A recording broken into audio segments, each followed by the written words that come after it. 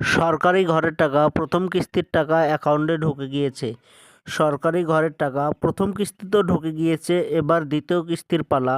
তো দ্বিতীয় কিস্তির টাকা পাওয়ার জন্য সরকারি ঘরের লিস্টে আপনার নাম আছে কি নেই সেটা দেখার জন্য ভিডিওটি সম্পূর্ণভাবে দেখতে থাকুন। আমাদের এই চ্যানেল থেকে অনলাইনে সব রকমের তথ্য সবার আগে দিয়ে থাকি।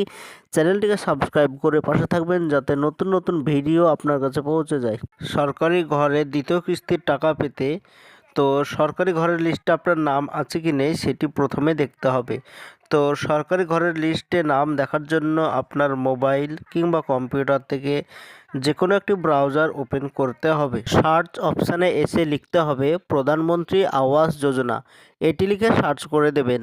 আপনাদের সুবিধার্থে ডেসক্রিপশান বক্সে লিঙ্ক দেওয়া থাকবে, সেখানে ক্লিক করে সরাসরি এই পেজে চলে আসতে পারবেন। এটাই হচ্ছে সরকারি ঘরের অফিসিয়াল ওয়েবসাইট। এই প্রকল্পের নাম ছিল প্রধানমন্ত্রী আবাস যোজনা, কিন্তু এই প্রকল্পের এখন নাম হচ্ছে বাংলার বাড়ি প্রকল্প। তো সরকারি ঘরের লিস্টে আপনার নাম আছে কি নেই সেটি দেখার জন্য এই পারে লেখা আছে আওয়াজ সফট। এই আওয়াজ সফটে ক্লিক করার পর 2 নম্বরে লেখা দেখতে পাচ্ছেন রিপোর্ট। এই রিপোর্ট লেখাতে আপনি ক্লিক করে দেবেন। এবার এরকম একটি পেজ চলে আসবে। তো এইখানে 3 নম্বরে লেখা দেখতে পাচ্ছেন বেনিফিশিয়ারি রেজিস্টার্ড অ্যাকাউন্ট ফরজেন্ট অ্যান্ড ভেরিফাই লেখা।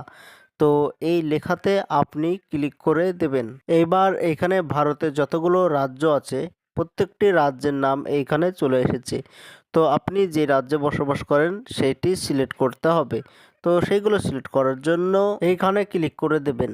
এরপর আপনি যে রাজ্যে বসবাস করেন সেই রাজ্য এইখানে সিলেক্ট করে দেবেন। এখানে প্রত্যেকটি রাজ্যের নাম চলে এসেছে। এবার আপনি যে জেলায় বসবাস করেন সেই জেলা সিলেক্ট করে দেবেন। যেই ব্লকের আন্ডারে বসবাস করেন সেই ব্লক বিডিও অফিস সিলেক্ট করে দেবেন।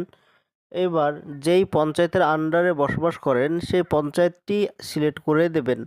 তো এইগুলো সঠিকভাবে ফিল আপ করার পর নিচে যে ক্যাপচার কোড দেখতে পাচ্ছেন এই ক্যাপচার কোড সঠিকভাবে ফিল আপ করার পর সাবমিট অপশানে ক্লিক করে দেবেন। এইবার এইখানে নাম চলে এসেছে। তো প্রথমে রেজিস্ট্রেশন নম্বর, এরপরে নাম, এরপরে কোন ব্যাংক অ্যাকাউন্ট সিলেক্ট করা আছে সেইটা, পাশে ভেরিফাইড লেখা আছে।